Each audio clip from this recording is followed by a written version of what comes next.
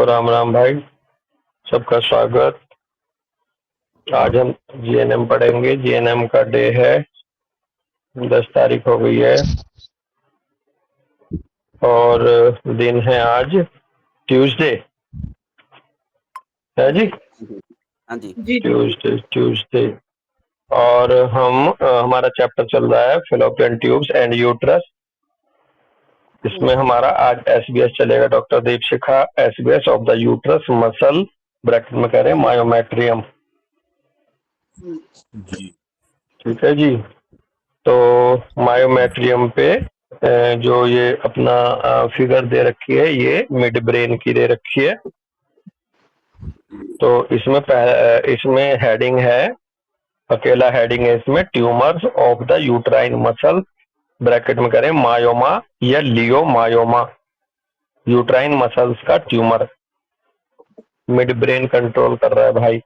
The uterine muscles are made up of 3 layers. The innermost layer is like the intestinal wall is made up of transverse running fibers. In the outer layers, the fibers run lengthwise. Uterine muscles को कह रहे हैं कि ये 3 layer की बनी होती है। जो इनरमोस्ट होती है वो इंटेस्टाइनल वॉल की तरह से बनी होती है, ट्रांसवर्स रनिंग फाइबर्स की।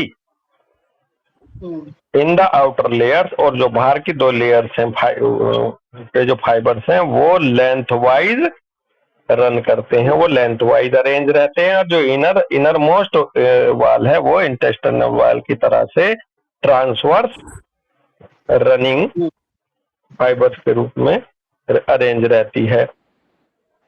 ठीक है जी। कॉन्फ्लिक्ट में कह रहे हैं कॉन्फ्लिक्ट ऑफ अनवांटेड प्रेगनेंसी और not being able to get pregnant और bear a child, not being to retain the fruit, that लग करे in a broader sense unfulfilled wish to have a child. Conflict है भाई यहाँ पर unwanted pregnancy को लेकर के, या not being able to get pregnant, कि वो प्रेग्नेंट नहीं हो सकती, या एक बियर ए चाइल्ड, या एक चाइल्ड को बियर नहीं कर सकती, ऐसा conflict. Not being to retain the fruit, fruit जो है फ्रूट बच्चे के रूप में वो रिटेन नहीं कर पाएगी। और अगर ब्रॉडर सेंस में बात करें तो बात यह है कि unfulfilled wish to have a child, एक बच्चे की जो विश होती है उसको अनफुलफिल्ड होना उसके प्रति, यानी कि ये डिवैल्यूएशन जैसा भाव है कि ये एक माँ नहीं बन पा रही पूरी तरह से। ये एक बच्चे के जो ड्यूटीज हैं, बच्चे के रूप में जो विश होती हैं वो पूरी नहीं हो पा रही। वो प्रेगनेंसी, हाँ ये सेल्फ वर्थ की तरफ बढ़ेगा। ये किसी का डिस्टर्बेंस आ रहा है भाई, बताइए क्या है। एक्सप्लेनेशन में कह रहे हैं can also be felt as a representative conflict, bracket में कह रहे हैं for example for the daughter. Explain can also felt a representative conflict, representative conflict का महसूस करना किया जा सकता है। यहाँ रिप्रेजेंटेटिव का मतलब है कि आप किसी चीज को रिप्रेजेंट करने गए और आप उसको रिप्रेजेंट नहीं कर पा रहे। एक डॉटर और द बेटियों के लिए खास करके, वो एग्जाम्पल से समझ में आएगा। कह रहे हैं कि a woman wants children but her partner is against having offspring is equal to conflict of not being pregnant. फिर ये आगे बढ़ेगी। In the active phase harmless myomas develops, एक महिला है वो बच्चे चाहती है लेकिन उसका पार्टनर बच्चों के खिलाफ है, बच्चे होने के, तो वो कॉन्फ्लिक्ट में चली गई कि not being able to, conflict of not being pregnant, के वो प्रेग्नेंट नहीं हो पा रही है, जिससे एक्टिव फेस में हार्मलेस मायोमास डेवलप हो जाएंगे। यहाँ वो बेसिकली अभी फाइटिंग में है, अभी उसने अपने उसको कोशिश को छोड़ा नहीं है, तो इसलिए मजबूत करना चाह रही है वहां पर उस मायोमास को, ऐसा लग रहा भाव। A woman already have 2 children. When she becomes pregnant for the third time, she has an abortion. Myomas develop. एक महिला है जिसके 2 बच्चे हैं ऑलरेडी, वो प्रेग्नेंट रह गई तीसरी बार, उसने उसको she has an abortion, she has an abortion, उसको एक अबॉर्शन भी हुआ, ये कराया उसने, शी हैज ये कराया है इसने फर्स्ट टाइम। अच्छा, शी हैज एन अबॉर्शन, तो यहाँ पर मायोमा डेवलप हो गया उसको। तो बेसिकली भाव उसके पीछे यही है कि unfulfilled wish to have a child, माँ का। टिश्यू है यूट्रस मसल यहाँ शामिल होगी, मिड ब्रेन कंट्रोल करेगा, एंडोडर्मल लेयर से ये टिश्यू बनता है भाई। कॉन्फ्लिक्ट एक्टिव में क्या हो रहा है, growth of A myoma, locally increase tension of the involuntary smooth muscle. यहाँ मायोमा की ग्रोथ होएगी, लोकली इंक्रीज हो जाएगी टेंशन इनवॉलेंट्री मसल्स की, स्मूथ मसल्स की। बायोलॉजिकल मीनिंग क्या है, strengthening of the muscle so that the fruit can be held better and the baby can be easily delivered।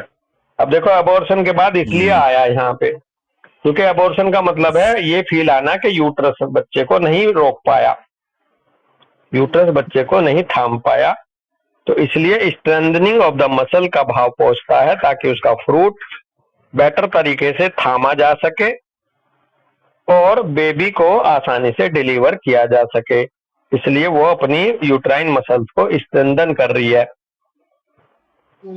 Healing phase में कह रहे हैं normalization of the muscle tension होगा। The myomas remain and are usually harmless, possibly but rarely heavy bleeding can be a problem, consider surgery.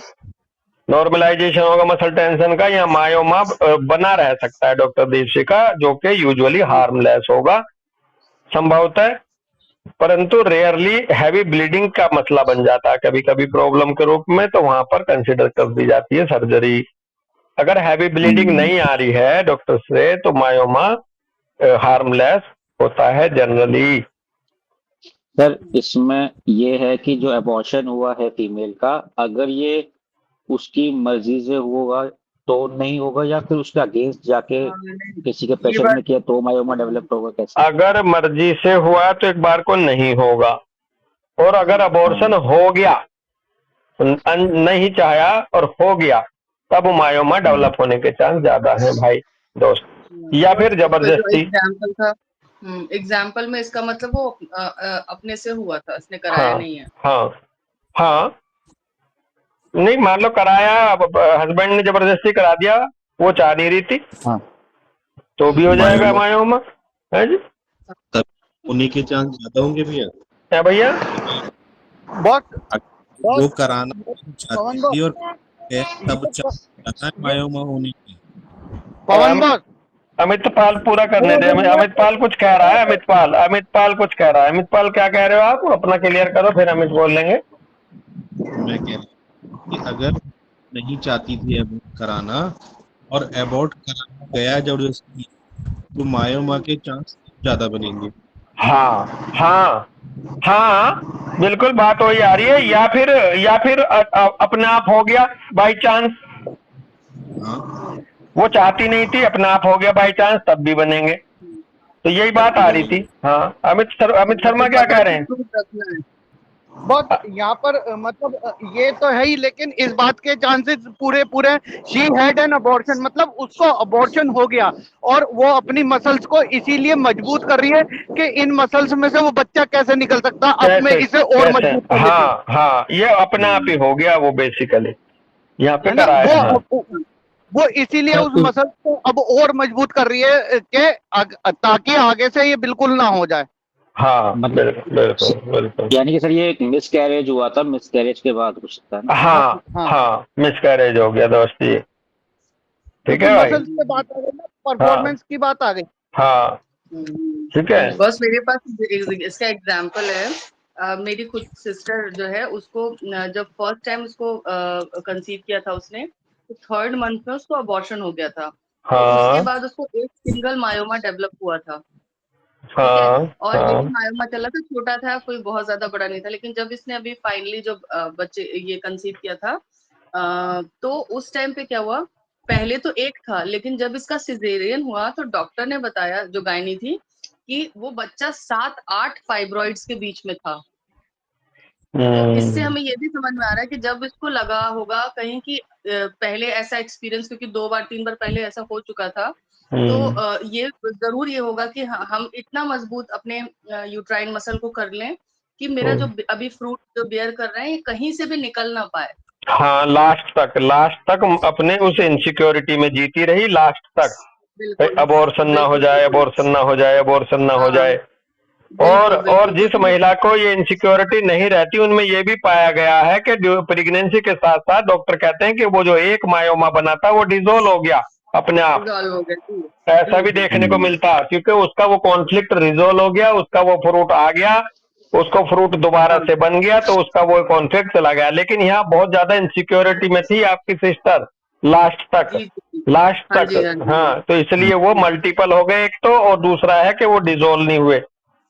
ठीक है। हाँ लेकिन ये बहुत अच्छी बात निकल के आई, अगर किसी को अबॉर्शन हो गया अभी अमितपाल, तो उसको मायोमा डेवलप होने के चांस बहुत ज्यादा हैं, और भले चाहे वो अर्ली टर्म में हुआ हो अबॉर्शन।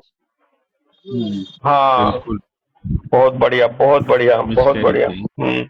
मिसकैरेज अगर हो गया है तो जो वहाँ मायोमा, और बाद में फिर वो बोल देती है डॉक्टर नहीं कि सही से सफाई ना हुई, सही हाँ से हाँ सफाई ना हुई है, ब्लड की गांठ रह गई। हाँ थेरेपी में कह रहे हैं डिटरमाइन द कॉन्फ्लिक्ट एंड और tracks and if possible resolve them in real life if the myoma is still growing, if it stop growing the conflict is resolve.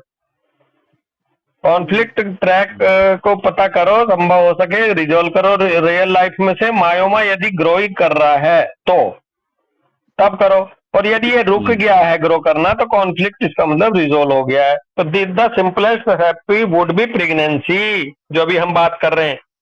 अगर वो बिल्कुल प्रेगनेंसी में आ गई महिला, तो ये सबसे सिंपलेस्ट थेरेपी है उसके लिए। वो उसका मायोमा डिसॉल्व हो जाएगा, स्टॉप ग्रोइंग हो जाएगा। गाइडिंग थॉट्स में कह रहे हैं अच्छी बात God knows exactly what plans he has for me, I take the opportunity offered by a life without children, I open my mind for other experiences, I will give my life to others who need me. ये तो बिल्कुल spiritualisation में पहुंचा दिया इस thought ने। तो कह रहे हैं कि गॉड नोज, भगवान जानता है एग्जैक्टली उसने मेरे लिए क्या प्लान करा हुआ है, बच्चे मुझे देगा नहीं देगा। I take the opportunity offered by life without children, मैं एक उस अपॉर्चुनिटी को भी लूंगी जो मुझे ऑफर की गई है कि तू बिना बच्चों के तेरा जीवन रहेगा, मैं उसको लेकर भी, उस अपॉर्चुनिटी को लेने के लिए भी तैयार हूँ। I open my mind for other experiences, मैंने अपने मस्तिष्क को खुला हुआ रखा है दूसरे अनुभवों के लिए। I will give my life to others who need me, मैं अपना ये जीवन उन लोगों के लिए दूंगी जो जिनको मेरी आवश्यकता है। तो ये तो बिल्कुल धर्म गुरु जैसी बात हो गई कि आपके नसीब में होगा तो भी भगवान ने अच्छा रच रखा होगा, नहीं होगा तो भी कुछ आपके लिए अच्छा ही सोच रखा होगा। हकीकत तो यही है, बेसिकली ये हमें सुनने को मिलती है स्पिरिचुअल लोगों के मुंह से, इसलिए धर्म गुरु का नाम आ गया। अदरवाइज तो ये फैक्ट है कि आपके जीवन में जो है वो भी प्रभु की कृपा से है, और जो आपके जीवन में नहीं है तो इसका मतलब वो आपके पास नहीं होना चाहिए, जो नहीं है। भगवान की यही मर्जी है, क्योंकि वो आपके हित में नहीं है उसका होना। आप जबरदस्ती अगेंस्ट तो भगवान, जबरदस्ती कोई चीज हासिल कर लेते हैं तो पूरी जिंदगी परेशान रहते हैं। और अगर प्रभु की इच्छा से, समय के हिसाब से, आपकी स्टेट के हिसाब से आपको चीज मिलती है, आप उसको एंजॉय करते हैं, चाहे वो आपका भौतिक कोई साधन हो, चाहे वो आपका कोई पर्टिकुलर पर्सनल मैटर हो। क्यों जी अमित भाई? हाँ कहते हैं आपको हाँ वो जी, आपको वो नहीं मिलेगा जो आपकी इच्छा है, आपको वो मिलेगा आप जिसके लायक हो। भगवान का ये कहना है। हाँ हाँ जी हाँ जी, हाँ अमित, लायक बनो। बस देखिए, इसमें भी बहुत अच्छी बात कितनी बढ़िया निकल कर आ रही है कि हमारी होम्योपैथी या थर्ड एफोरिज्म कहती है ना, what is to be cured. यहाँ पर उस लेडी ने, किसी लेडी ने अगर कोई मायोमा बनाया तो वो किस लिए बनाया, उसकी जो वो इनसिक्योरिटी है। अभी जैसे दीपशिका ने बहुत बढ़िया एग्जांपल दिया कि 2-2 3-3 फाइब्रॉइड रह जाते हैं और उसके बाद भी बच्चा हो रहा है। इसका मतलब वो इतनी इनसिक्योर हो गई थी कि भैया बिल्कुल उसने प्रोटेक्शन डाल के छोड़ रखी थी लास्ट टाइम तक। हाँ और ऐसा भी होता बहुत बार कि Reason. अबॉर्शन के बाद बहुत अच्छा, उसको कोई दिक्कत होती भी नहीं और बहुत अच्छा बेबी, हेल्दी बेबी वो प्रोड्यूस करती है। हाँ, तीन स्टेट मिल सकते हैं, है ना। और उसकी सबसे बड़ी थेरेपी, वाकई बहुत अच्छी चीज इन्होंने लिख दी कि इसकी थेरेपी यही है कि बच्चा हो जाए तो सारे के सारे उसके दुख दूर होंगे। उसको उसको प्रेग्नेंट तो चिंता बच्चे की थी, उसको तो यही थी कि मैं बच्चा कैसे नहीं पैदा कर पाई। हाँ, वो उसका हो गया रिजॉल्व। सही कह रहे हो। हाँ जी। Surgery if the myoma grows too large, there is no reason not to become pregnant if the myomas are small. There is no reason not to become pregnant ना हो, ये कोई कारण नहीं है यदि मायोमा स्मॉल हो। अगर मायोमाज आर स्मॉल तो प्रेगनेंसी होगी, प्रेग्नेंट रह जाएंगी।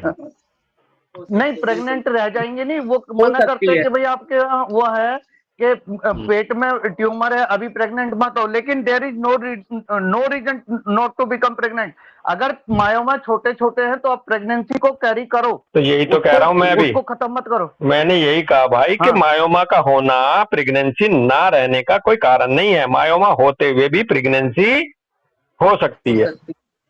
बस मैं दूसरा कहना चाह रहा हूँ, मेरी बात समझिएगा। बहुत सारे डॉक्टर्स ये कहते हैं कि आपके पेट में ट्यूमर है तो आप अभी प्रेगनेंसी मत करना, लेकिन ये कहना चाह रहे हैं कि अगर ट्यूमर छोटे छोटे हैं तो इस बात को तो भी प्रेगनेंसी रख लेनी चाहिए। हाँ, तो ये क्या कह रहे हो, तो अंडरस्टूड है इसमें बात। बस ये जो ये लाइन लिखी है, इसका मतलब यही है। इसका मतलब यही है कि there is no reason not to become pregnant if the myomas are small. तो डॉक्टर क्या कह रहा क्या नहीं कह रहा वो थोड़ा ही मसला है। हाँ जी, हाँ, है ना भैया, कह रहा हूँ कि ऐसा बहुत सारे लोग कह देते हैं। अरे डॉक्टर तो पता नहीं क्या क्या कह रहे हैं दोस्त। कन्वेंशनल मेडिसिन के चक्कर में रहोगे तो फिर तो बाल उतर जाएंगे सिर के सारे। ठीक है, तो नेक्स्ट कॉन्फ्लिक्ट है SBS of the uterine suspensory apparatus. SBS of the, अच्छा रूब्रिक देख लो, चलो रूब्रिक निकालो जी। वैसे तो अगर आप हाँ निकालो। ये तो रूब्रिक तो वो बने एंजाइटी चिल्ड्रन अबाउट, या क्या कहते हैं डेल्यूजन वर्थलेस, या फैमिली वाले रूब्रिक आएंगे ना। या एक बहुत बढ़िया रूब्रिक जिसको हम लोग इसमें छोड़ देते हैं, वो आता है duty delusion duty can not perform, क्योंकि सेल्फ एस्टीम से रिलेटेड रूब्रिक है और मसल्स आ रही हैं तो उसकी ड्यूटी थी कि उसको, हाँ ये बहुत बढ़िया वाला आता है कि डेल्यूजन के वो ड्यूटी नहीं कर पा रही, अपनी ड्यूटी नहीं कर पाई, नेग्लेक्टेड हिज ड्यूटी करके डेल्यूजन। बस क्या यहाँ पे ये रूब्रिक भी यूज कर सकते हैं कि एलिमेंट्स फ्रॉम अबॉर्शन, जैसे हमने देखा अबॉर्शन के बाद बिल्कुल एलिमेंट फ्रॉम अबॉर्शन से शुरू होएगी बात। सही कह रहे हो। एक एलिमेंट फ्रॉम अबॉर्शन हो गया। अभी जो अमित शर्मा कह रहे हैं कि डेल्यूजन नेग्लेक्टेड हिज ड्यूटी, वो अपनी ड्यूटी नहीं कर पा रही, जो वो माँ बनना है बच्चा उसको देना है इस फैमिली को नहीं दे पा रही, ये भी आ जाएगा। delusion she had no weight। हाँ, delusion she has no weight, बहुत अच्छी बात है। उसका जो अपना एक वेट है, जो उसका वेट बोले तो जो वो परफॉर्म करना चाहिए उसका,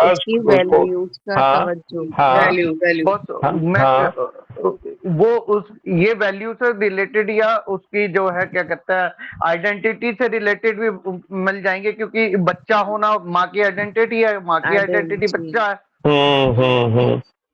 और बेटा डॉक्टर सिमरन कह रही हो ना आपके delusion she has no weight, delusion she has no weight ही उसको लेके आगे बढ़ सकता है कि वो आगे बच्चा नहीं दे पा रही है, उसको तवज्जो नहीं मिल रही फैमिली में, वो आ जाएगा पीछे जो पढ़ा था ना डिसऑनर्ड, डिसरिगार्डेड, जी, जी, डिसऑनर्ड, बिल्कुल। हाँ वो लेके जाएगा फिर इस केस में, अगर delusion she has no weight के थ्रू जाओगे तो। नहीं बहुत अच्छा है, कई सारे आ गए। और हाँ जी, बस एक जो डायरेक्ट रूब्रिक है कि फीमेल में जेनाइटेलिया में ट्यूमर यूट्रस, और डायरेक्ट रूब्रिक है मायोमा। हाँ उसको तो लेना ही लेना है बस, वो लेना तो ही है, खत्म किया बिल्कुल बहुत सही बात है। मतलब उसको ले मेडिसिन सकते हैं बहुत मेडिसिन कौन डायरेक्ट। कौन सी है? बहुत उसमें तो बहुत बहुत सारी सारी हैं। बहुत सारे कैलकेरिया, फ्लोर, फॉस्फोरस, साइलिशिया, ये तो और फर्स्ट ग्रेड में है। और अब देखो ऊपर कैलकेरिया है ना, एक बात करते हैं, कौन सी कैलकेरिया है? जी जी जी तो ये क्यों नहीं कर पा रही बच्चा? ये स्पाइनलेस, बैक कमजोर, सपोर्ट नहीं है, हम्म, ऐसे आ सकता है इसका भाव, है जी। जी जी जी दूसरी कौन सी है? जी इसमें चीपिया फॉस्फोरस है। है, साइलिशिया बहुत है। बहुत सारी हैं मतलब। हाँ तो इनका इनका अपना अपना एक वजह, अपनी अपनी एक वजह हो सकती है इसके पीछे, है ना सबका। तो कैलकेरिया की अपनी वजह, साइलिशिया की अपनी वजह। ओके, केपिस है, आर्निका है, ऑरम है, ऑरम की भी कई सारे वो है। औरम की तो ये आ गई, ड्यूटी वाला भाव औरम से आ जाएगा कि नेग्लेक्टेड हिज ड्यूटी। जी जी जी जी ओके, बस एक इसमें और है, उसको मतलब समझना इसीलिए होता है। काली आयोड नंबर 1 में दे रखी है, जो मोस्ट सिफिलिटिक मदर है। काली इसलिए काली medicines आयोड को क्यों है? क्या काली आयोड क्यों नहीं चाहेगी? ये थोड़ा सा पता करो। नहीं, काली आयोड को कहा जाता है कि मोस्ट सिफिलिटिक या बहुत ज्यादा क्रूअल जो है अपने बच्चों के लिए मदर, वो काली आयोड है। लेकिन वे मायोमा में पड़ी है, क्योंकि आयोडियम का काम क्या है? आयोडियम का काम है फैलाना, और आयोडियम इज कंसेंशियस। बच्चों के लिए क्रूअल है ये अपने? काली आयोड, हाँ हाँ जी हाँ जी। अच्छा, उस रूब्रिक बड़े सर ने रूब्रिक बताया वन। नहीं, सिफिलिटिक काली मैं तो है, ये सिफिलिटिक काली है और फास्ट सिफिलिस चलता है, ये भी तय है।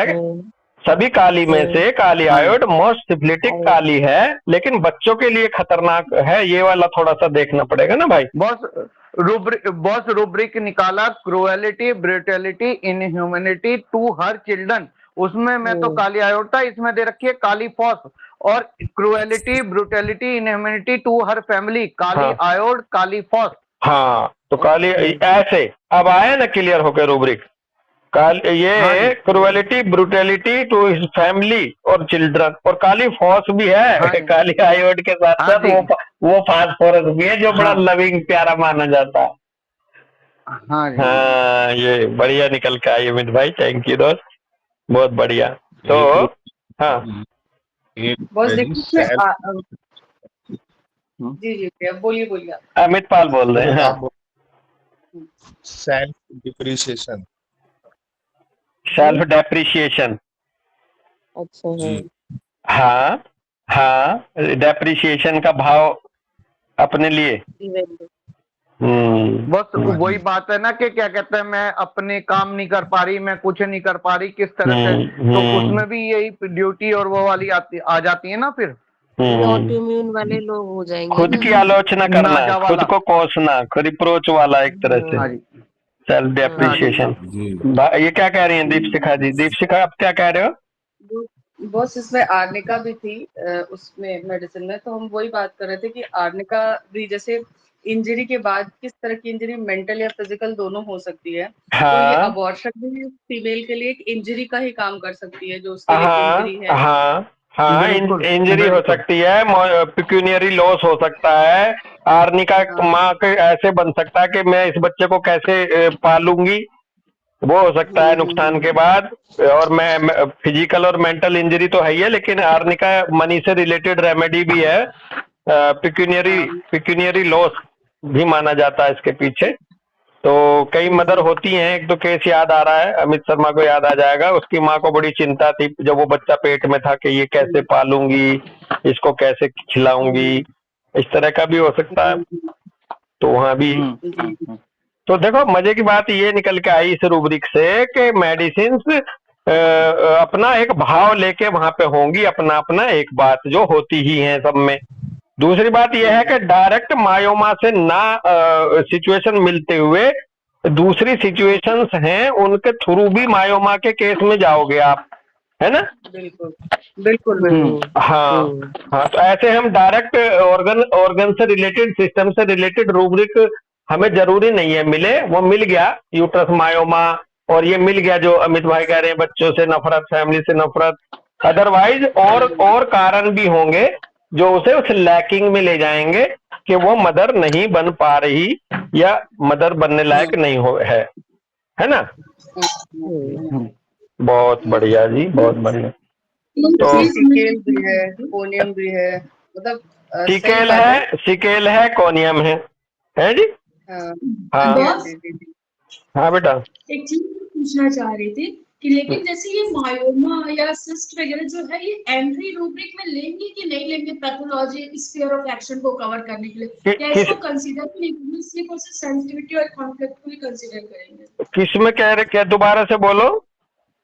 जैसे ये मायोमा है जो रूब्रिक, इसको हम लोग एंट्री रूब्रिक के फॉर्म में कंसीडर करेंगे स्फीयर ऑफ एक्शन को कवर करने के लिए कि नहीं? हाँ नहीं, बिल्कुल हम डाल देंगे इसको, लेकिन इसको मेन रूब्रिक सिलेक्शन का नहीं बनाएंगे। हाँ, जब हमारी मेडिसिन सिलेक्शन हो जाएगी या जो हमारा जो एंट्री जो प्रेस्क्रिप्शन के लिए रूब्रिक है उसके साथ हम मायोमा डाल देंगे, लेकिन आप कहो कि मायोमा डाल के और कोई चीज जोड़े तो वो गलत हो जाएगा। इसको एंट्री रूब्रिक नहीं बनाएंगे बेसिकली प्रेस्क्रिप्शन में, इसको सपोर्टिव या कंफर्मेटरी रूब्रिक बनाएंगे। कंफर्मेटरी रूब्रिक बोले तो इसमें मायोमा बनाने वाली जैसी कोई मेडिसिन हो, लेकिन अब ये भी बहुत ज्यादा जरूरी नहीं है। ट्यूमर में ले आओ, जनरल ट्यूमर में, हाँ, ट्यूमर कॉजिंग रेमेडी हो, हाँ, तो मायोमा को डालो या मत डालो, डाल दोगे तो अच्छा है, अदरवाइज तो ट्यूमर में काम आ जाएगा, अदरवाइज स्वेलिंग तक में काम आ जाएगा। स्वेलिंग से भी काम चलाया बड़े मलिक सर ने। बिल्कुल यही बात है आपकी। कोई भी रूब्रिक वो उठाएंगे जो हमारी बॉडी में प्रोसेस चल रहा है, जैसे बॉस ने अभी बताया ना, ट्यूमर का या एक्यूमुलेशन का या स्वेलिंग का या कोई भी बॉडी में प्रोसेस क्या चल रहा है, बॉडी में प्रोसेस ये चल रहा है, उससे रिलेटेड रूब्रिक उठाएंगे। हाँ, भले चाहे वो मायोमा वाले में ना पड़ी हो। हाँ जी, है ना प्रीति जी?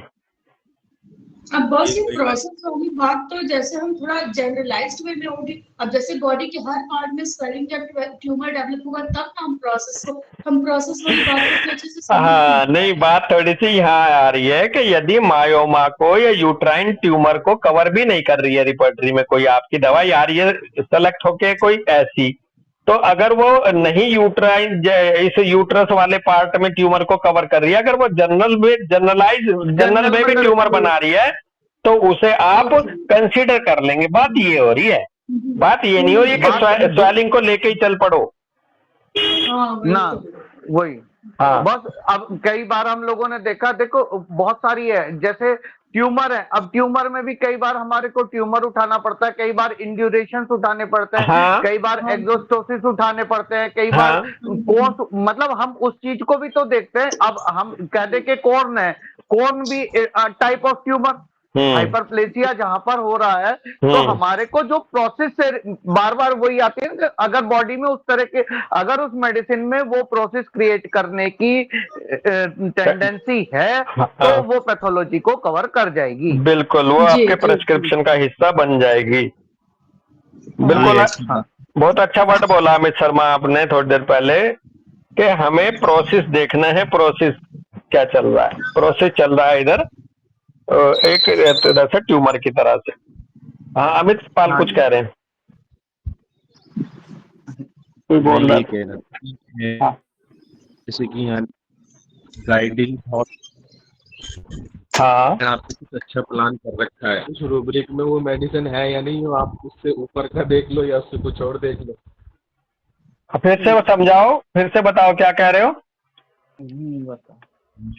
क्योंकि ये मायोमा हम पढ़ रहे हैं ना, इसमें गाइडिंग थॉट में लिखा है उन्होंने कि भगवान ने आपके लिए कुछ और अच्छा प्लान कर रखा है। हाँ, तो आपकी मेडिसिन मायोमा वाले रूब्रिक में नहीं है तो आप ट्यूमर में जाके चेक कर लो।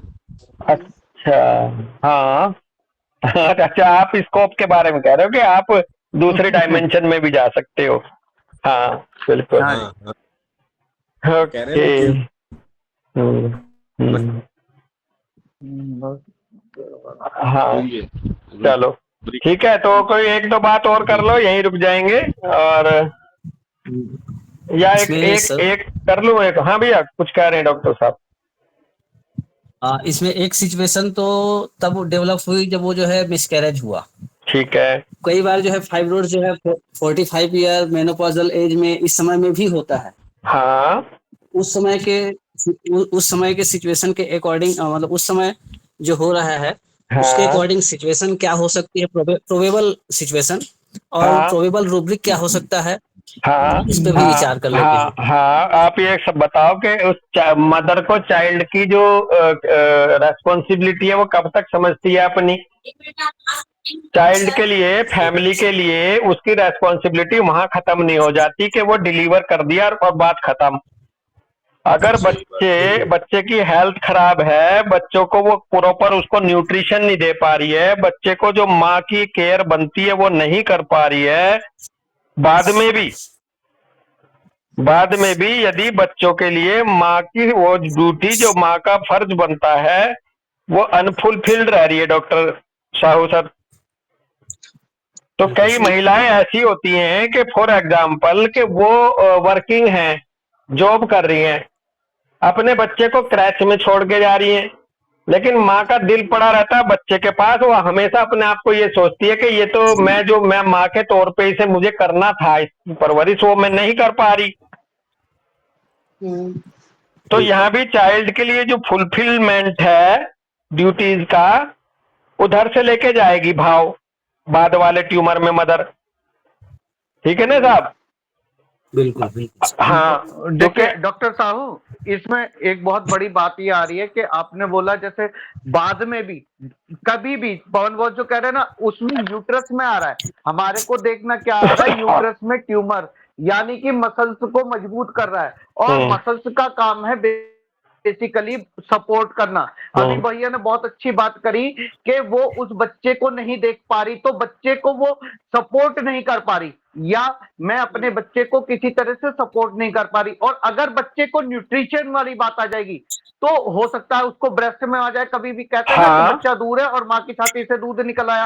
यहाँ पर हमारे को फिर ये देखना पड़ेगा, इसका मतलब ये वो मदर है जो अपने परफॉर्मेंस से बच्चों को पालना चाहती है, लेकिन एंजाइटी चिल्ड्रन पहले है, एंजाइटी चिल्ड्रन पहले है। और जैसे हमारे पास हम एक एग्जांपल मेरा बहुत उसमें रहता था, हमारे पास है पन्ना धाय, जिन्होंने सुना होगा, हम कहते थे उसे पन्ना धाय का मतलब वो मदर है, पन्ना धाय ने अपना बेटा मरवा दिया ड्यूटी के लिए, अपनी ड्यूटी। ऐसा नहीं था कि उसको बेटा प्यारा नहीं था, लेकिन बेटे से ज्यादा प्यारी उसकी ड्यूटी थी। यहाँ पर ड्यूटीज जो हैं वो ज्यादा प्यारी हो रही हैं। हाँ, और इसमें भी पता है डॉक्टर साहब, इसमें भी बात यह है कि बच्चे की जान को खतरे जैसा भाव माँ के दिमाग में ज्यादा है, क्योंकि वो यूट्रस को क्यों मजबूत रखना चाह रही है, वो अगले उसके लिए भी तैयार रहना चाहती है। अगर मान लो उधर को किसी माँ का बेटा बॉर्डर पे है, फौज पे है, उसे पता चलता है कि ये तो कभी भी वो हो सकता है इसका नुकसान, तो भाई कहाँ से क्या साइकी उठा के बैठी हो ये। क्योंकि अब यूट्रस की बात अगर अमित शर्मा ने करी है तो यहाँ बेसिकली प्रोडक्शन से रिलेटेड मसला ज्यादा है। हाँ जी, है ना, प्रेगनेंसी से मसला ज्यादा है। तो हो सकता है कि उसके बाद उसको लगे कि मेरी औलाद खतरे में है, तो बॉडी उसको वो सरेंडर ही नहीं कर रही उस पार्ट का। ये एक बहुत बड़ी बात आ गई। अरे ये हम लोग हमेशा सोचते थे कि एंजाइटी चिल्ड्रन, वाकई आपकी बात बहुत बड़ी आ गई कि भैया अगर उसे कुछ हो गया तो मैं तो दूसरा तैयार करने के लिए तैयार हूँ। भाई जीएनएम का जन्म ही यहाँ से हुआ है, जीएनएम का जन्म ही यहाँ से हुआ है, जब डॉक्टर हेमर साहब के बेटे को शूट कर दिया गया और तभी इनको टेस्टिस में ट्यूमर बना। जी हाँ जी, तो जीएनएम का तो यहीं से जन्म हुआ था भाई। तो बेसिकली माँ को लेट ईयर्स में मायोमा बनने के पीछे बच्चे की जान को खतरा, बीमारी की वजह से बच्चा बीमार रहता हो या कहीं ऐसे खतरे में रहता हो तो वो भी हो सकता है भैया। बिल्कुल हो सकता है। बस एक चीज और मन में आ रही है, जी। कुछ केसेस में जो ये फाइब्रॉइड्स होते हैं, ये ब्लीडिंग फाइब्रॉइड्स होते हैं, हेमरेज होता है इनमें, यहाँ पे क्या कारण हो सकता है? ब्लीडिंग फाइब्रॉइड तो एक तो देखो कुल मिला के अगर ब्लीडिंग वाली बातें करेंगे तो गुस्सा भी है ही है, गुस्सा जरूर है बॉस, गुस्सा और है, एंगर है, हेमरेज मींस एंगर। हाँ और उसको चिंता के साथ गुस्सा भी है। हाँ, और दूसरा यह है कि फिर ये देखना होगा कि वो फाइब्रॉइड है कहाँ। अगर एंडोमेट्रियम में है ब्लीडिंग के साथ तो अलग भाव है ना। अदरवाइज सबसीरोसल और मायोमा जो है इनमें जनरली ब्लीडिंग नहीं देखी जाती।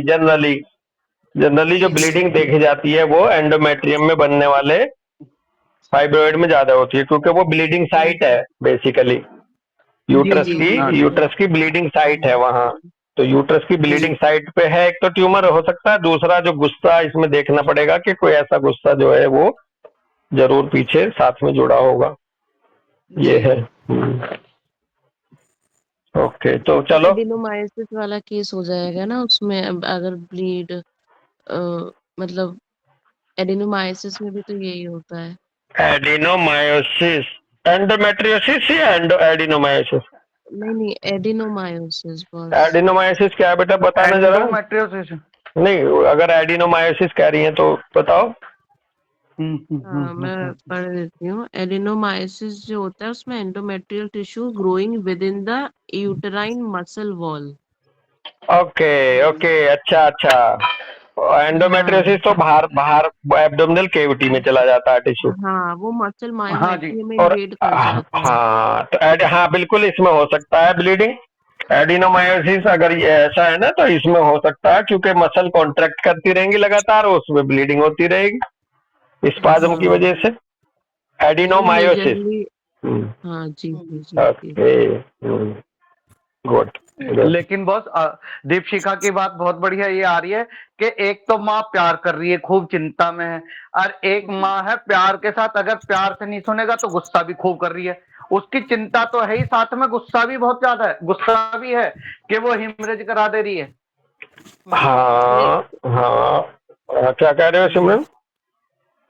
नहीं मतलब मैं बॉस ये सोचती हूँ, मतलब एंजाइटी लीड्स टू दिस, ये कुछ मतलब अगर ऐसा स्टेट है तो अल्टीमेटली तो हमें प्रोडक्ट यही दिख रहा है ना कि ब्लीड कर रही है आउट ऑफ एंजाइटी हेमरेज। तो मतलब रूब्रिक किस कैटेगरी में फॉल करेगा?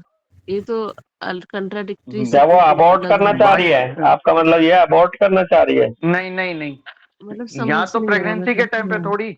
बड़े सर ने तो इसमें वही बताया, एंजाइटी चिल्ड्रन अबाउट एंडोमेट्रियोसिस का एंट्री रूब्रिक जो मैक्सिमम लेते हैं, या एडिनोमायोसिस का के anxiety children about his own, अब क्योंकि उसी की चिंता करते करते वो उस पर उन चीजों को बढ़ा रही है। हाँ ये देखो उसके दिमाग में जो चल रहा है, एक भाव ऐसा जुड़ेगा कि एक माँ है, उसे परिवार पे तो है गुस्सा, फैमिली पे, और बच्चा पैदा करना चाह रही है। उसे फैमिली में सर्कमस्टांसिस तो फेवरेबल मिल नहीं रहे डॉक्टर सिमरन, उसकी केयर नहीं हो रही, उसका ध्यान नहीं रखता, लेकिन मातृत्व तो उसमें पूरा है, वो माँ भी बनना चाह रही है, लेकिन उधर बहुत ज्यादा उसको गुस्सा भी है फैमिली के व्यवहार पर। तो यहाँ पे हो क्या रहा है कि मसल्स जो है सपोर्ट उधर से नहीं मिल रही, ना बच्चे को मिल रही, और उधर वो बच्चे पैदा करने के लिए एंडोमेट्रियल टिश्यू को वो मजबूत भी रखना चाह रही है। तो एक ऐसी लेडी बहुत ऐसा एग्जाम्पल मेरे पास आया था। मेरे पास एक पेशेंट आई थी, सेकेंडरी इनफर्टिलिटी वाली थी। वो फर्स्ट के बाद सब कुछ नॉर्मल था, सेकंड के टाइम पे जब कंसीव करना चाहती थी उस समय उसके फादर इन लॉ भी काफी बीमार चल रहे थे, और उसको उनकी पूरी केयर करनी पड़ती थी, मतलब सब कुछ। इसके अलावा साथ में उसको घर का भी काम पूरा करना पड़ता था। अब वो सेकंड बेबी चाहती है, घर का पूरा काम करना है, सब कुछ टाइम से, फादर इन लॉ का भी सब कुछ पूरा करना पड़ता था। उसको इस फाइब्रॉइड के साथ ब्लीडिंग भी होती थी थोड़ी थोड़ी। रो धो के बच्चा पैदा कर रही है, ये रो धो के। वो हमसे मतलब ठीक नहीं हुआ केस, वो चली गई बाद में, लेकिन हम नहीं कर पा रहे थे। उस समय मैं नहीं समझ में आ रहा था कि इसमें ये क्या चीज को लेकर के हम इसको कुछ हमने हर तरीके से जो उस समय दिमाग चला था किया था, लेकिन ये सिचुएशन जो है ना अभी, कि एक तो एंजाइटी थी, चिंता थी, दूसरा एंगर भी था उसमें। हाँ, कहीं ना कहीं एंगर तो पक्का होगा। माहौल में, जिस माहौल में वो है उससे वो संतुष्ट नहीं है, गुस्सा है बल्कि। अब वो बिल्कुल, बिल्कुल। अब फादर इनला की केयर करना चाह रही है, उधर अपना बच्चा पैदा करूं या इनकी करूं, मुझे ये भी करना, मुझे वो भी करना। तो ये इस तरह का डिस्पोजिशन, इस तरह का कॉन्स्टिट्यूशन मिलेगा वहां पे माहौल। ठीक है, केयर को लेके भी थोड़ी सी खिन्न रह सकती है, या फिर उसकी केयर ना मिल रही हो, ये भी रह सकता है, उसको केयर ना मिल रही हो तो उसको भी ये रह सकता। सिचुएशन बहुत ओवरवेलमिंग की तरफ हम सोच नहीं सकते, जैसे हाँ, रूब्रिक हाँ, कोनियम है ना ओवरवेलमिंग में। ओवरवेलमिंग, पैर के नीचे से जमीन खिसक गई, उसके पैर के नीचे जमीन नहीं है, ओवरवेलमिंग है, कोनियम जैसी आती है दवा को मेडिसिन फिर। तो ये देखो बहुत अच्छा है ये वाला बात के कितने सारे डायमेंशन है जो हम लोगों के बीच में चर्चा होती है, और यही हम अचीव करते हैं इस डिस्कशन से। बेसिकली एक पहलू पे ना रह के बहुत सारे पहलू हमारे सामने आ जाते हैं किसी भी फैक्ट के, किसी भी टॉपिक के ना। ओके, तो चलो यहीं रुकते हैं भाई आज। अमित भाई राम राम, सबको नमस्ते, सबका धन्यवाद। राम राम, बहुत राम राम भाई, राम राम, राम राम, राम राम जी, राम राम राम, राम जी सबको, राम राम भाई, राम राम। राम राम।